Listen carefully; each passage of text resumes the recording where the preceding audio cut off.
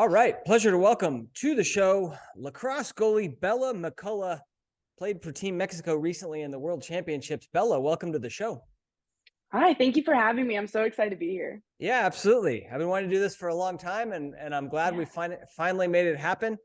This is going to be great. Before we get into the World Championships, which I want to talk about in depth, I'd love to hear the story of when you first jumped into goal. Do you remember that? Oh my God, that was so long ago. The first time I played goalie, I was in fourth grade. It was like I think my U9 team, and it was the first time we could have goalies. I decided in my head because we only could have like the little like projector things beforehand. I had decided in my head as a kid that I was going to be better than that, and I knew I was like, yeah, the second I can, I think I'd be so good at it. And so I told my first day of practice for U9 and fall ball, I told my coach, I want to play goalie. And she said, all right, then. And it's been history since then. I kind of fell in love with the position on that day. It was awesome. Like, I remember putting on all my gear. I was so nervous. I was like, oh my God, am I seriously going to do this? And then it's just like when I hopped in, it's just like I loved it and I just never wanted to quit. And so I think 9 years later now, coming up on that, like it's just been so cool. Like I love it. Yeah. Well, I mean, what was it about the position? Were you just making like an insane amount of saves as a fourth grader and you're like, that's it. This is it. This is You it for know, me? Or was there something else about the position that you really loved? well, like I felt like not even in like a sense of control, but I felt like I knew what was going on at all times. I could see the entire field. I felt very set and secure. And Mm. like I did make great saves as a little 9 year old, but like for 9 year old goalies, like great saves are great saves. But like when I just felt like when I stepped in goal, it felt like home and I felt like I could command the field and help contribute in a meaningful way. That like I don't even know. That's just how it made sense in my head as a kid. That's interesting. That's interesting. There's Yeah. this there's this one 8-year-old goalie that attends a lot of the events that I do. And his mom says that he's very autistic, right? Autistic. And he said he really likes the goalie position because he feels in control.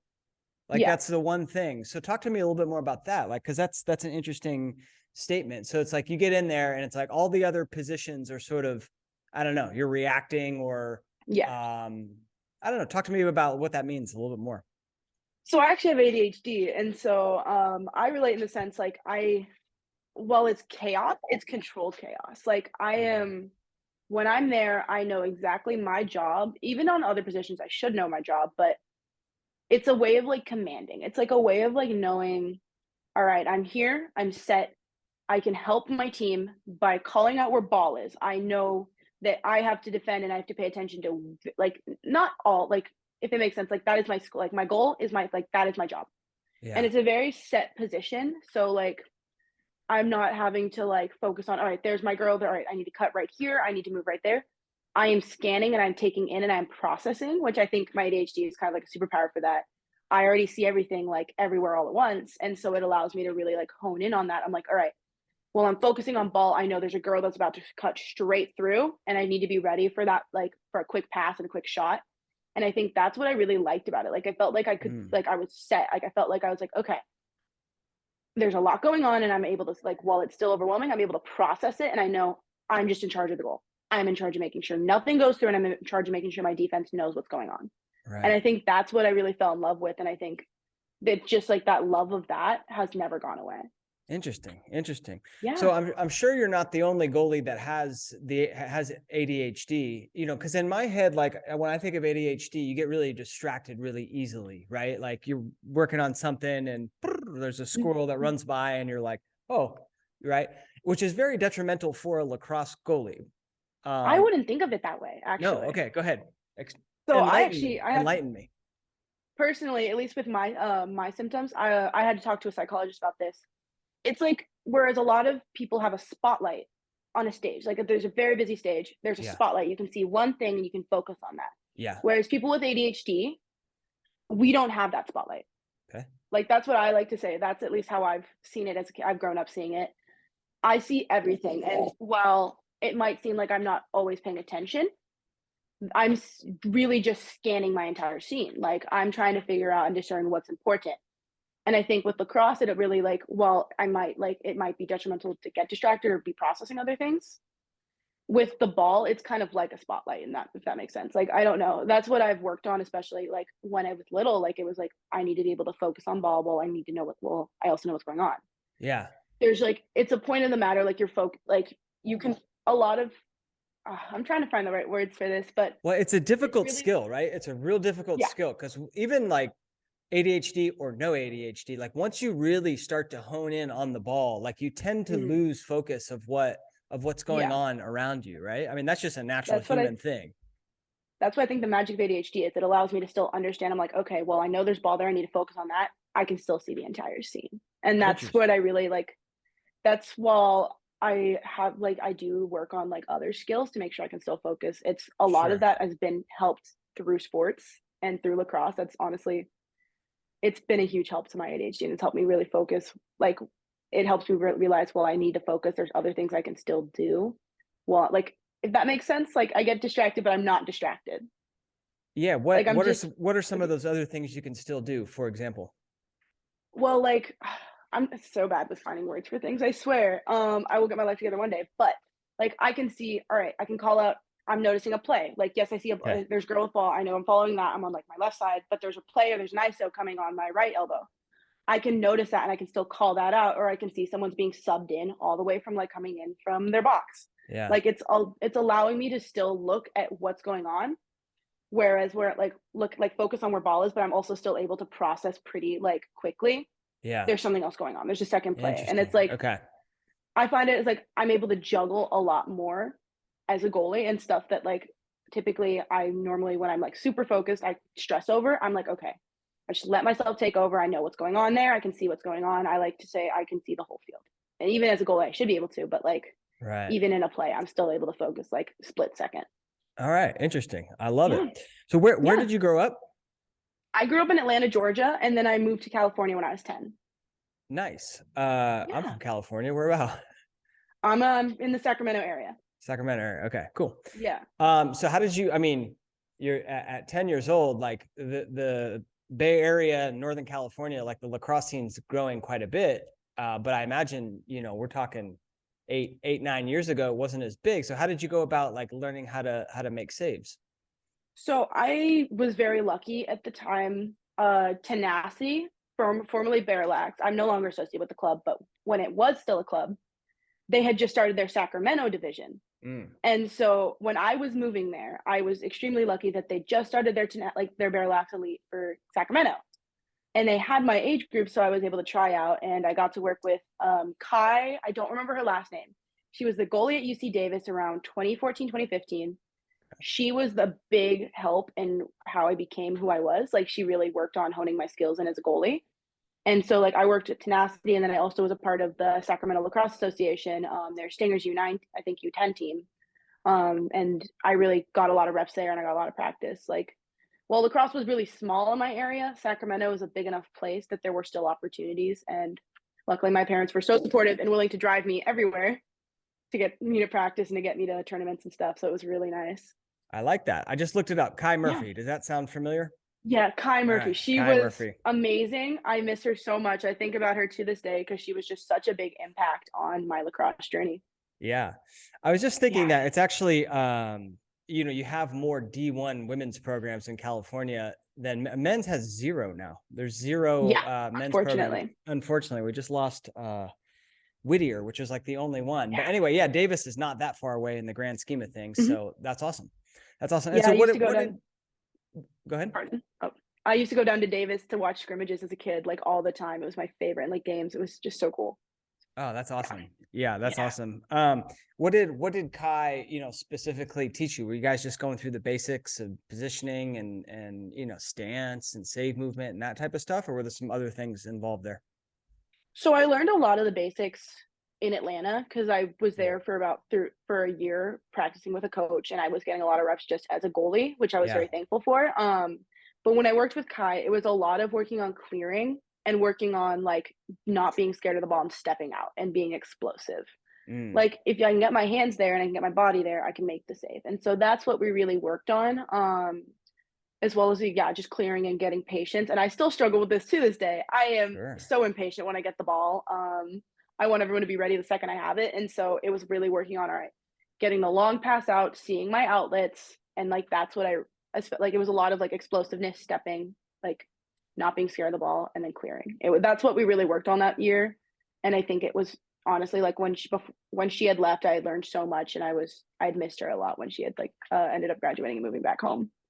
That's amazing. Yeah. Yeah, that's Yeah. such focus on, like, one little element of the game, like clearing, can be really can really change your game, right? When you get out there and Mhm. now I'm confident in the clear, it Yeah. can really help you quite a bit.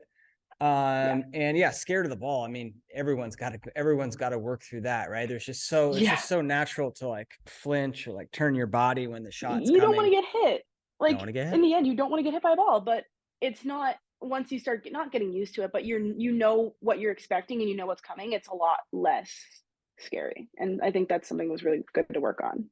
Yeah, well, it is getting used to it in the sense that, like, when the shots first come at you, like, involuntarily, like, close Yeah. your eyes or, like, kind of, like, bring your hands and your chin down, and you really have to, like, train that out of your system so that now Yeah. I'm not, like, scared of it and I can react to it. Yeah. Well, very cool. Um, Yeah. your favorite part about being a lacrosse goalie, Bella? Oh my god. It's so amazing, just already in general, honestly, I think it's seeing the play finish out after I make the save. Mhm. Like, seeing the end goal, like, I get an amazing save, or I get a good save, I get a touch on the ball, I clear it out, and makes it to offense, and we score, knowing how hard my defense had worked and knowing how hard I had worked to make sure we didn't lose that opportunity and we managed to gain something out of it is honestly my favorite part. It's like, regardless if we win or lose, I'm like, I know that my job was done, I know my defense's job was done, and yet, like, we get to celebrate as a team knowing that was a whole team effort to get that ball across the field. Love it. Love it. Yeah. You mentioned spending all that time with Kai, sort of working on, not being scared of the ball and then also Mhm. clearing. What would you say, what part of your game are you working on right now? Right now, so I just came out of fall ball for my college team, and so what I really was focusing on with, our new coach, we were working on explosiveness just because, like, I'm already an explosive goalie, but we were working on a lot of, like, lower explosiveness, so I wanted to change my game up a little bit, in comparison to a lot of women's goalies. I wanted to work on really getting my whole body to the ground and in front of the ball, and Mm, so we were working on that a lot and working just, like, flexibility on a save, if that makes sense. Like, am yep. I able to get right back up, ready for another rebound, or, like, can I, like, get into a lower save that's, like, a lot harder, if that makes sense. Like, it's working on just Yep. explosiveness and getting the whole body behind it. Yep. And honestly, it's changed my game a lot, and I really have enjoyed working on it. Like, I'm practicing with some, my teammates tonight, and I think it's gonna be really good because I'm gonna get to keep working on that. And so, yeah, I love it. it's been I the love main it. game, yeah.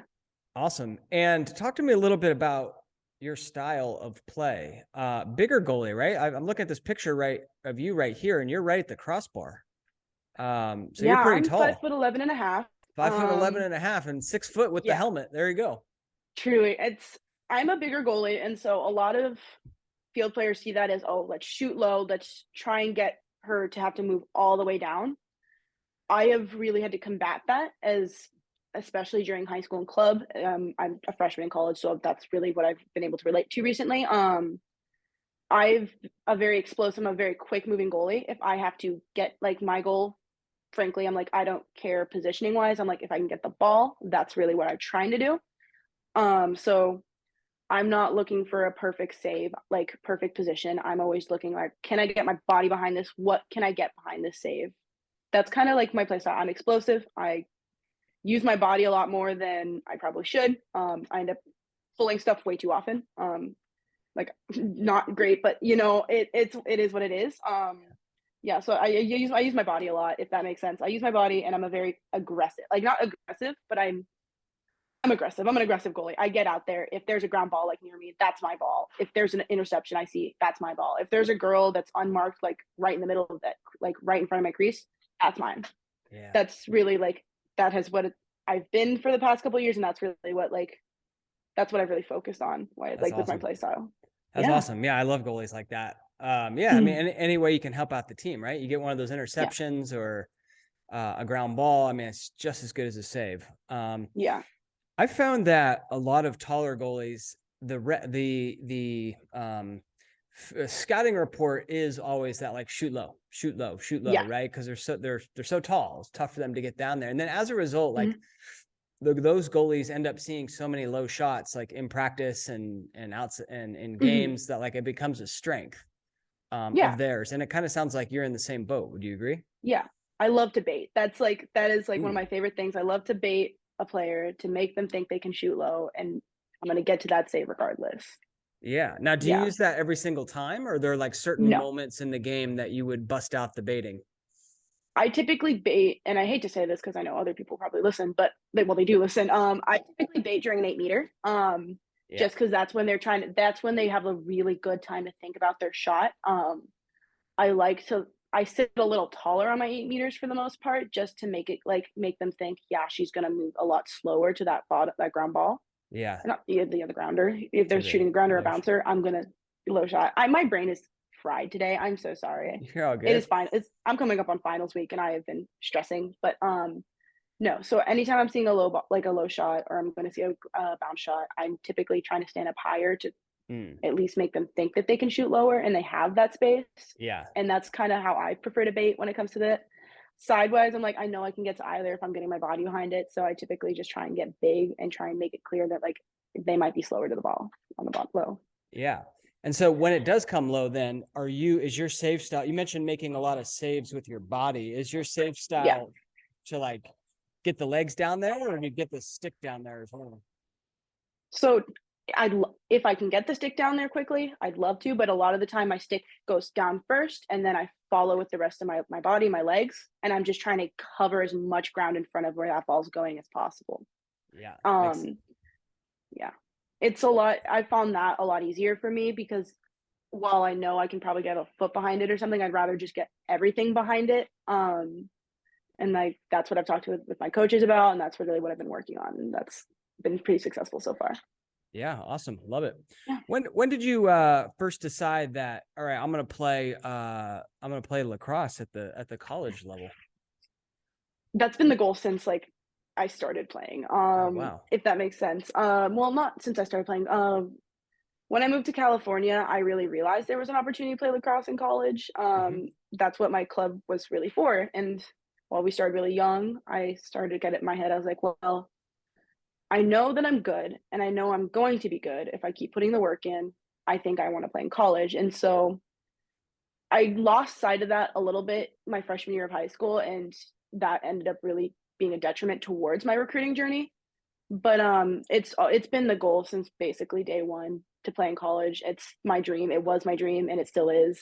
And Mm, so yeah, living the yeah, dream. it's Just living the I am. dream. I'm so thankful for it too. You mentioned you lost sight of it. That probably happens to a lot of kids, right? Like, Mhm. life gets in the way. I'm curious what happened to you and how you got back on track.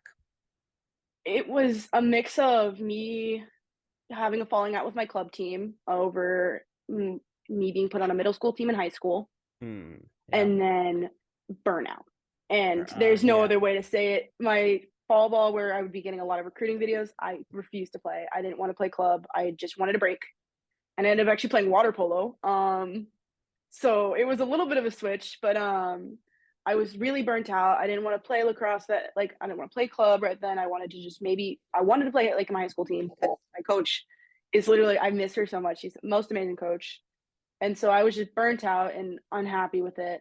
And so on it, like I didn't want to play. And I ended up combating that through a lot of hard talks with my parents. Yeah. They were like, if you don't want to play, then why are we spending the money on more gear? Why are we spending the money on new sticks? And I had to really think. I was like, if I want to play at a higher level and if I want to play competitively, I need to be able to reset. And so going into my high school season, I actually got injured, which helped kind of wake me up to realizing lacrosse might have not been in the picture all the time.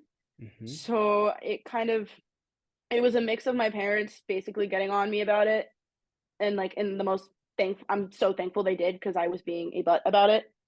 And then me getting injured, I was like, well, lacrosse might not always be in the picture, and I know I want to still play in college. once I get better, I want to put the effort back in. And Yeah. I'm really thankful I did. Yeah, I think that burnout, when you're going that hard is can be pretty common, right? And you're playing Mm-hmm. almost year round. Maybe there's a little bit of a break, but there's a Yeah. lot of games, a lot of weekends, a lot of Yeah. practices, a lot of shots. Yeah. Get like 2 And or 3 weeks off, maybe tops all year. yeah, yeah. Yeah. And I think sometimes you do really need to take a look at what's going on and take a break. And it, like you said, for your parents, it might not make sense because, hey, we just spent, 150 bucks on this new head.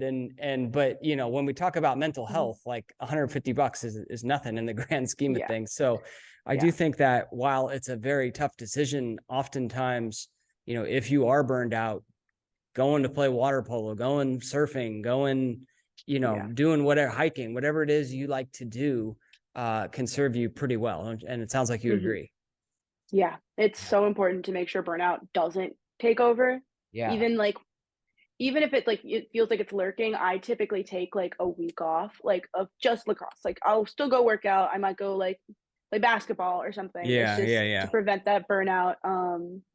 It's so I don't have that bad of an episode of burnout again. That was honestly, and I'm very thankful I got my head out of it because I really like lacrosse has been my life since day one, basically. And so, yeah.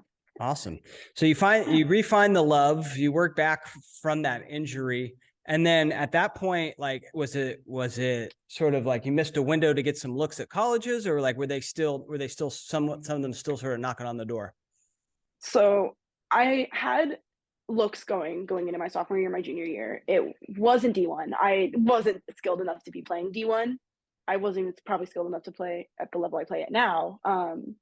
But I had a couple D3s and I had some D2s and just NAIs like very much still looking at me. In my sophomore year, I really hit the ground running and worked on my skills and really worked on basics again to like just kind of rekindle my skills, rekindle like what I wanted to do. And then going into my junior year, I'm going into my junior year, I committed pretty early to a school, and I had the look. It was a really good D. It was a good D2. And it ended up not working out going into my senior year, due to partially the way I was playing during the game and just not seeing eye to eye with the coach. It was. I'm very actually thankful it happened. I don't think that was the school for me, and I think Yeah. I was very much D2 or bust at that point. But yeah, it really like I had to rethink my entire career in senior year of high school, and I ended up picking the school I'm at now, William Penn. I had a couple offers after that. After I had decommitted from the one school, I had a couple offers, and I went on a visit to Penn and I went on a visit to a couple others, and I fell in love with it. And yeah, ended up here. Love it. Love it. What was it Yeah. about William Penn that really got you? So it was a mix of where the program was going and the coach. Caitlin Sherman, shout out to her. She no longer coaches here, unfortunately, Yeah. but she had such a big vision and such a drive to coach and a love to coach that I felt like I was already a part of the team before was a part of the team. Like she was just so like dedicated to her players. She was like, this is what we're going to do. This is how we're going to improve. This is how we're going to grow. Because William Penn this is their 4th year as a program. And so we have been not always the best. And so it's been a lot of building. And so she had such a strong plan and such a strong drive to build the program that I was like, I think I could be a part of this. And I think I can grow with this team. And so that's how I ended up here. And I'm pretty thankful for it. But yeah. Love it. Yeah. Love it. And before we were recording, you mentioned some future plan. I don't even know. I should ask you if we can talk about those or no. We can. All right. As long as this is posted after this week. Oh, yeah. I've decided to transfer to an NCAA D1. Well, I said earlier, my skills weren't at the time of getting offers, weren't at the D1 level. I have spoken with a coach that does see me at that level now, especially after Women's World Champs. Yeah. So I'll be transferring after semester to Longwood University. Let's go. I'm really excited for that. Let's go. All right. Longwood University. What's their mascot? They're the Lancers. They've got it's like a Longwood horse, if that University makes sense. Lancers. Of course Yeah. they are. Yeah. Of course they are. Just rolls off the tongue. Well, Love the congratulations. alliteration. Thank Yeah. you. I am so thankful. I've been so like I've worked so hard to get to this point, and while I'm thankful for what William Penn gave me, I unfortunately do have to look towards my future. And if I want to play pro, which I kind of want to, Yeah. going and playing at a higher level division would be helpful. All right. Well, I can't wait to see you Yeah. there. Yeah. And congratulations on all the hard work. It's just so Thank awesome you. when it pays off, right? Like so Yeah. much work put in, probably so many tears, so many injuries, so many times where you're like, I'm not cut out for this. And then Yeah. you make it, and it's a great feeling, right? It finally feels like everything I did paid off. And Yeah. even like at Penn, it felt like it paid off, but Yeah. it's just been very validating. It's been a very validating experience for me. Yeah. I'd love to Yeah. talk about the World Championships. Yeah. That's where I first heard the name Bella McCullough. I mean, I'll be honest, before last year, I didn't watch any women's lacrosse really, and I didn't Mhm. understand the game. I didn't really understand it. And then I sponsored a bunch of goalies, and then I started that 2 seasons ago, and I watched Yeah. tons of games, and I'm like, wow, this is great. It's a different sport than Yeah. men's lacrosse, but I love it. I Definitely. really enjoy Yeah. watching women's lacrosse. And then come the World Championships, and they were just amazing. They were phenomenal from the outside looking in. But I would love to hear your experience. You played with Team Mexico, which, first of all, tell me how that came to be. Do you have, well, just tell me how that Yes. came to be. So Women's World Championships, first of all, were such an amazing experience. Every single time I think about that I got to go there, that I was part of that team, I honestly start tearing up. I love that. I love my girls, but Yeah. my mom's Mexican, so my mom was born in Mexico, Monterrey to be specific. She was born in Mexico. My dad's actually was born in Atlanta. So my mom had Mexican citizenship as well as Canadian, which was a little funny trying to figure out. I was like, well, if I want to be able to try for a team, which one could I go for? But Yeah. my mom's Mexican, so I actually have my Mexican citizenship as well as my US. So I have a dual, and that allows me to play for Mexico as well.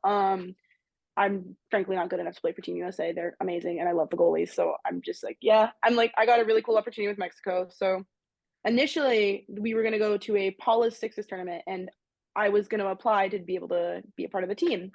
And unfortunately, they didn't end up having, they had a full roster and they actually didn't end up going. And so I was like, okay. And they're like, feel free to apply for world champs. And I did. And so I went through the application process and I ended up getting selected for tryouts. We went through, I think it was 2 rounds, if that, yeah, or 2 or 3. One of the first one was like just like video based, like Mm-hmm. like looking at us like online, like practicing with the team if you're in Mexico, if you lived on the East Coast and you were close to DC, practicing with the girls.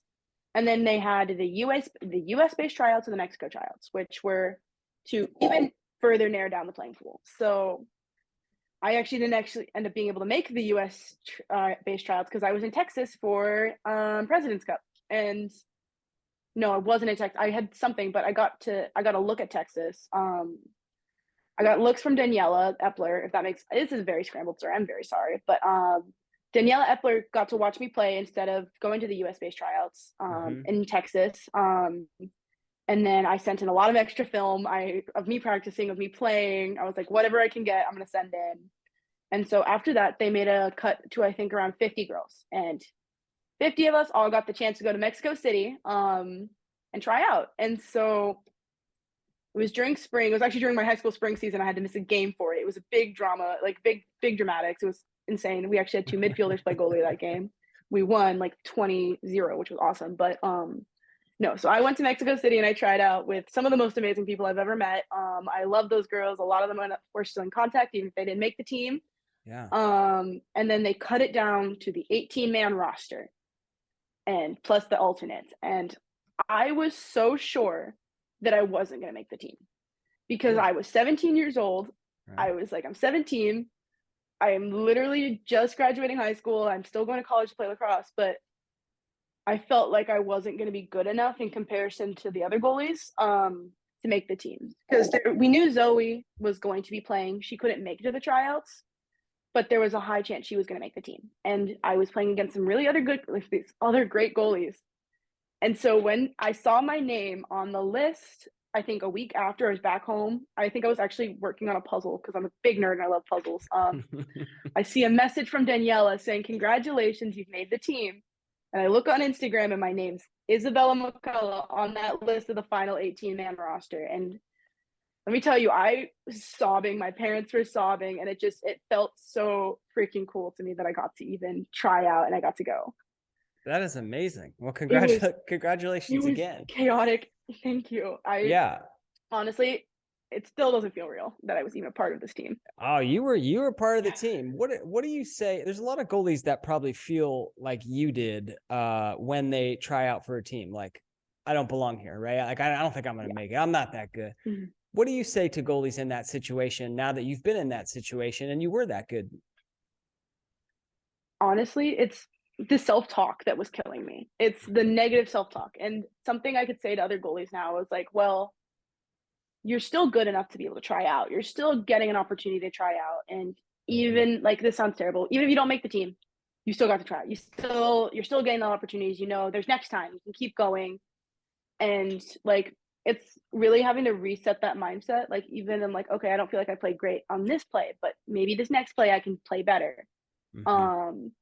Like it's really trying to switch that mindset. And I wish I had done that because I feel like I would have been a lot less anxious leaving my tryouts. So it's like really adjusting the self-talk. I think that's so important. Like positive self-talk only. Like, yeah, I did great while still being like realistic. Like you're like, well, this is what I can work on for next time. This is what I know I can work on. Right. But also like this was a great opportunity. And I'm so grateful that I even got to try out kind of thing. Yeah, I love it. What were Yeah. some lessons that you learned while you were there? Because, not only are you playing with Team Mexico, but you're playing against the best girls in the world, the best goalies in the world, the best shooters in the world. I'm curious if there's any lessons or stories that came out of it for you. Um, I learned that I need to keep bringing energy, if that makes sense. Makes So, perfect sense. for really good example, when we played Italy, a lot of my energy, and I feel like a lot of our defensive like sets, we were really successful because I was bringing a high energy. I was bringing, all right, guys, even if we're down one, or even if we're like tired, I'm like, let's go, let's keep pushing, let's keep moving. And both of our coaches agreed that I needed to keep bringing good energy and high, great positive vibes, if that makes sense. Like I learned that that is so important. Sorry, one second. All good. My mother's trying to call me. No, so bringing a really good energy and just bringing my intensity and not being scared or overwhelmed by what's going on was so important. Like again, I was 17 at the tournament and I was frankly scared out of my mind. I was like, these girls are like way older than me. They are way more skilled than me, and I'm gonna face their shots. And so my coach Joe, I don't even know, it's like Nelly. She is amazing. She was honored by I think USA Hall of Fame. She is just a great coach. She works for STX. She sat down with me and she's like, look, and this was going into us playing after us playing our first scrimmages against Argentina and the Netherlands. She sat down with me. She's like, look, you need to be able to, like, we need to lock down you even when you're feeling overwhelmed and like freaked out. You still need to be the base. You still need to be solid, and you need to make sure that your energy is bringing bring good vibes towards the team.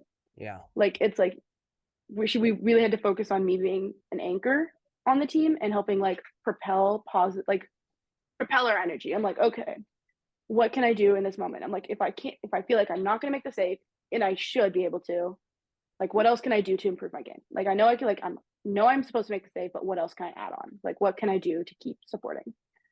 And that was something like really like a lot of positive self-talk and a lot of self-confidence. Like we had to work through just because like I felt like I wasn't supposed to be there. I like, even if I was, I felt like, all right, I'm terrified out of my mind. These are good shooters, but what can I do positively? Like, what can I focus on knowing that I'm like, all right, this is just a shooter.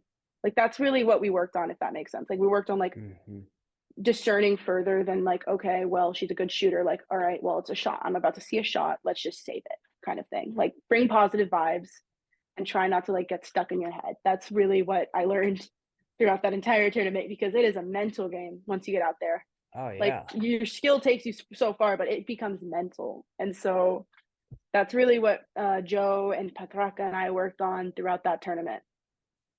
I love it. I love it. Yeah. I was also the same. Like I was a real big energy guy on the team, and I'm curious Mm-hmm. for you.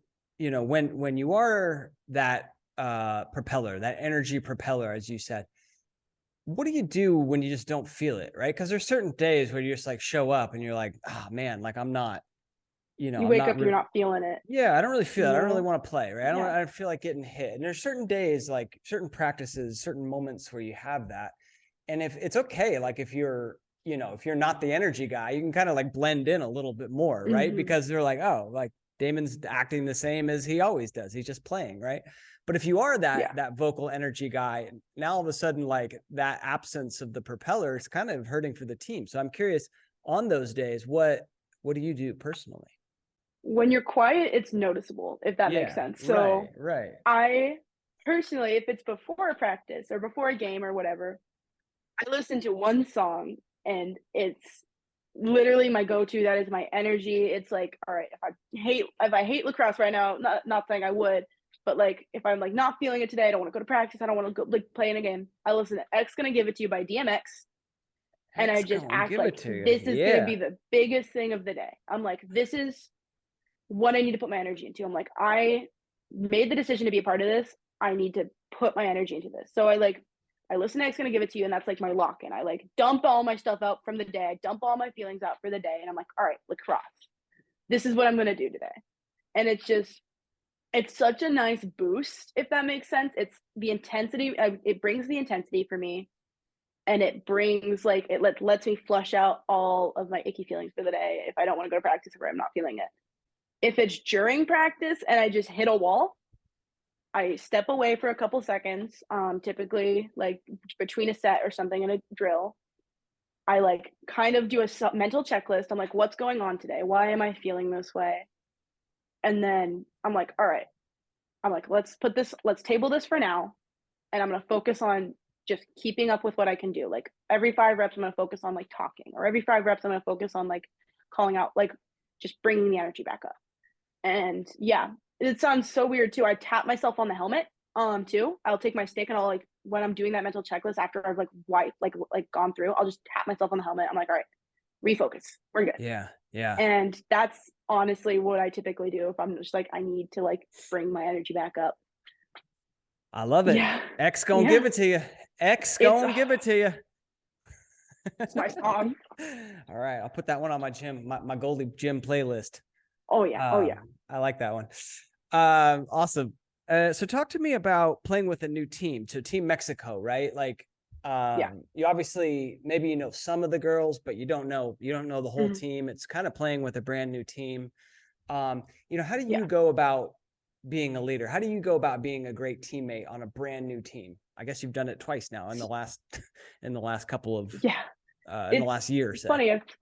I've played for 4 teams now in 1 year, which is so Yeah. fun, like, Right. completely different time periods too, but, with Mexico, it's a very different situation, if that makes sense. Like, I met most of the girls at tryouts, but I had never met Zoe Ochoa before. Like, I had never got to meet my other goalie in my life, Yeah. I never met one of my coaches, honestly, like, I talked to some of the girls, but most of them I hadn't spoken to before, and there's also the language barrier.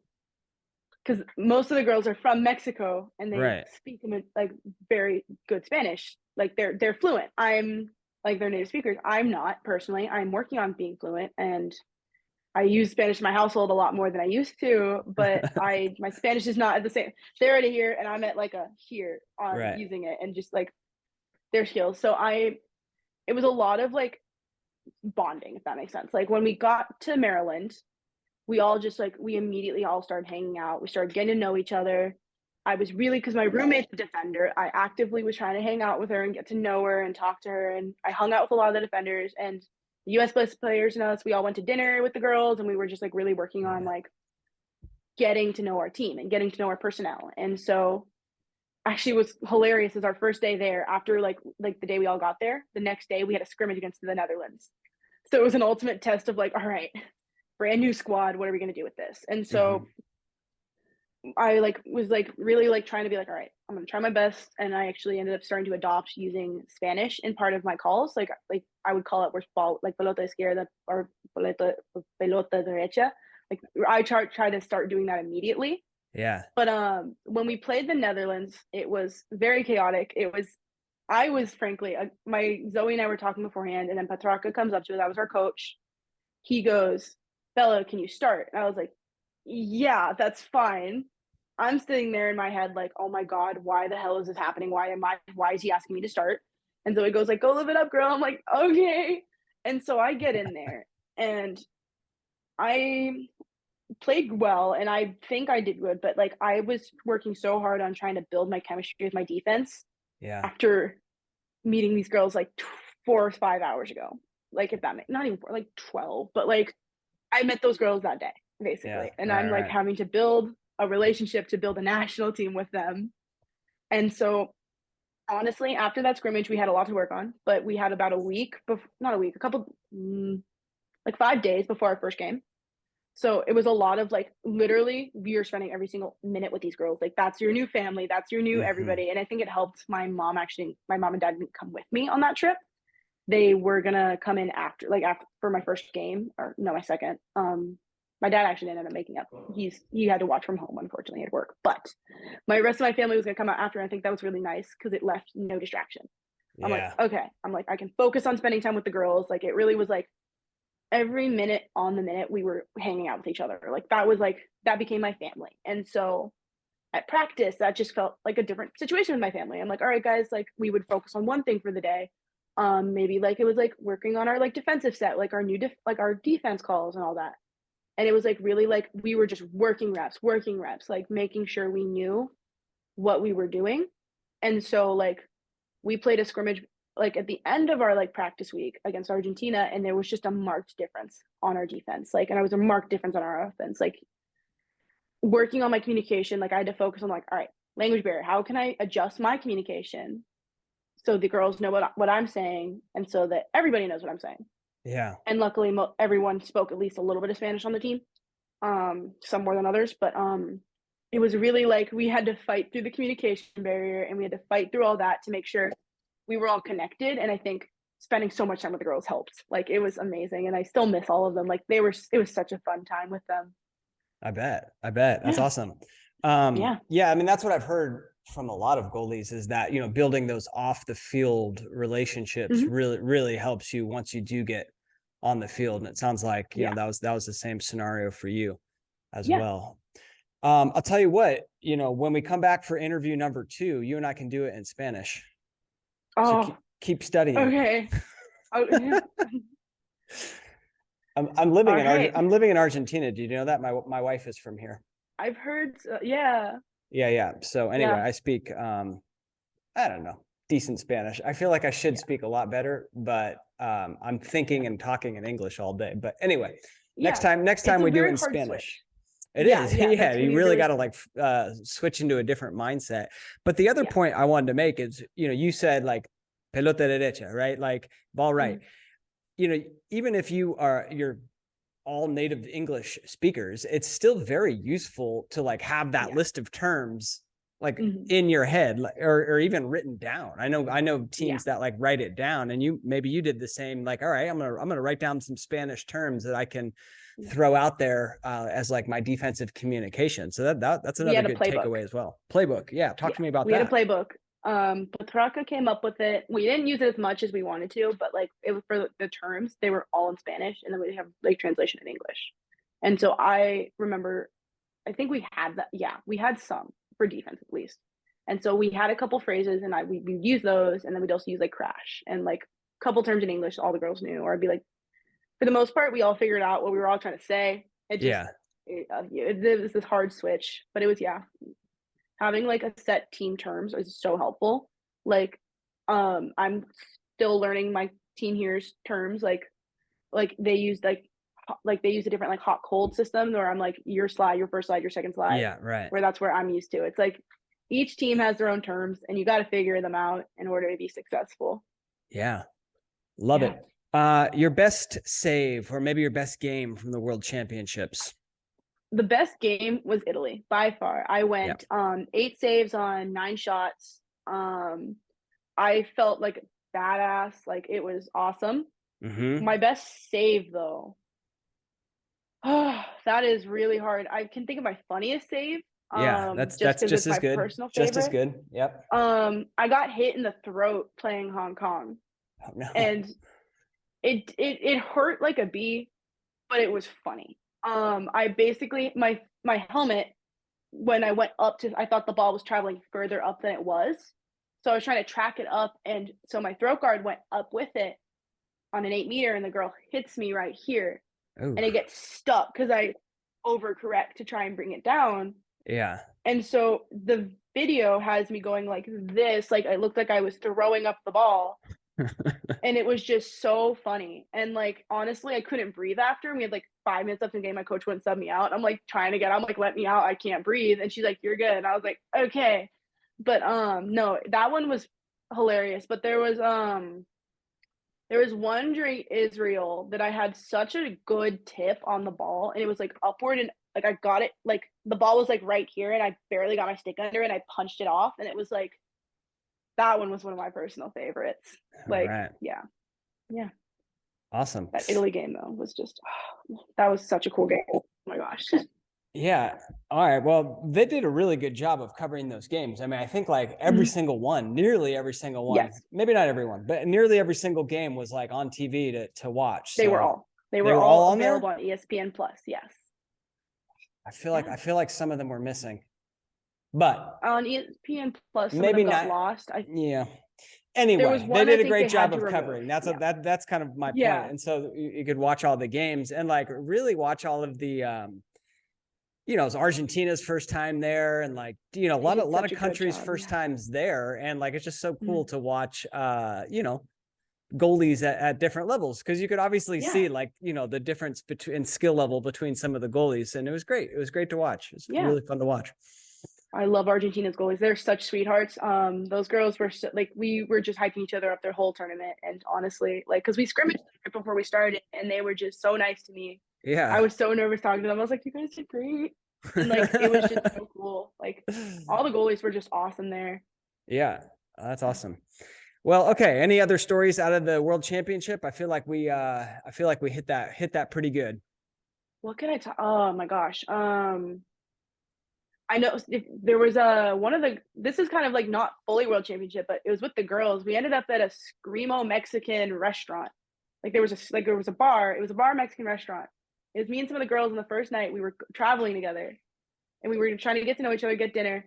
And we are like, the Mexican place looks good. We are like, let's just get Tex-Mex. And so we get there, and it's like half bar, half Mexican restaurant. And it was like 9 o'clock, and then like 5 minutes when we get there, we sit down, all the lights cut off, and like it's like turned into a bar, and there's a screamo band playing in the room right next to us, and like it was just so funny, and like it just kind of became an inside joke for the rest of the tournament. But it was honestly like it was so fun. Like those girls, like spending time with them was so nice, and like I still talk to my roommate from the dorms. Yeah. Like her, like every time she changed her hair color, I got a text, and she's like, "This is my hair color now. By the way, how's life going?" And I'm like, "It's good."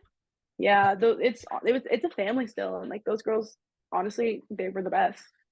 Love it. How do you Yeah. handle because you had two goalies, right? On Team Yes. Mexico, and Zoe played as well. How did you guys handle the split?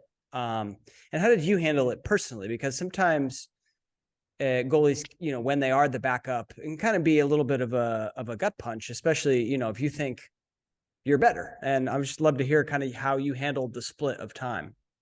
So I actually didn't expect to play at all. I came into the tournament knowing, okay, I'm playing with Zoe Ochoa, 3 year starter at Boston College. Like she was insane. Like Zoe's Mm-hmm. amazing, and like Danielle Epler talked her up so much, and like she was honestly amazing. And I love Zoe. I was Yeah. like, okay, like even if I don't play, I got a bunch of free Mexico stuff. I got to go to this, and I got to like be there. And so I was like, you know what? I'm just gonna be the biggest hype man of Zoe. And so, like, and honestly, playing time is great. I'm like, I'll get another opportunity. And All so right. I decided I was like, I'm just gonna cheer her on. Like she is older, she's wiser. I'm going to be the biggest hype man. I'm like, this is an experience that I get to go to maybe once in a lifetime, hopefully again soon. But no, I was just like, I'm going to be so super hyped, just super like energetic, bring the energy from the sideline, support in any way possible. And so when I did find out I was going to get to play, I was like, great, this is awesome. I get to play still. And so we ended up going for the first part of the tournament every other quarter, which I hated. I do not like splitting every other quarter. I would rather play halves. Same. The head coach had a weird idea with it and it didn't really work, frankly, in my opinion. But we switched off who started, and then we played every other quarter. And then we slowly transitioned after, I think, Israel. That was our last game doing that. Then we went to it was Wales. And then we went to playing halves. And so we sat down with the coaches and we talked about what we could bring to the team each, basically. And they decided that I brought great energy. I brought a great second half energy. So like, yes, the defense is like bringing strong energy in the first half. Like I was there to bring the extra gas. Like I was like the secondary push at the end. Mm-hmm. And so I frankly don't care about starting. I don't think it's important. I think bringing your skills to the team and playing where the coach needs you to be and being that support role is the most important. So I was like, okay, I'll play second half. I'm going to bring the energy. I'm going to make some dope saves. I'm going to make sure even when our defense is tired, I can pick up that slack. I can pick up that energy and make the save. And so, honestly, I just dealt with it. I'm like, I get the opportunity to play regardless. Like that's kind of like after my freshman year of high school, that's the mindset I've taken. I'm like, all right, I get to play. I get to make saves. I get to chill. I get to be a goalie, but I'm also going to be supportive in any role possible. And so when I didn't get to start and I played every other quarter with Zoe, I'm like, all right, let's just get hyped. Let's just bring the energy when I can and be a member of the team. Awesome. Yeah. Love it. Yeah. Love it. Yeah, by the way, the quarter system, you gotta at a minimum, you gotta go halves because you just getting like started and then stopping and started and stopping. We were all confused. Yeah. Like when not we were a playing fan, Italy. Personally. We were playing Italy. I kept a shutout an entire quarter. Me and Mazzullo. I love her. She's so nice. I still keep in contact with her.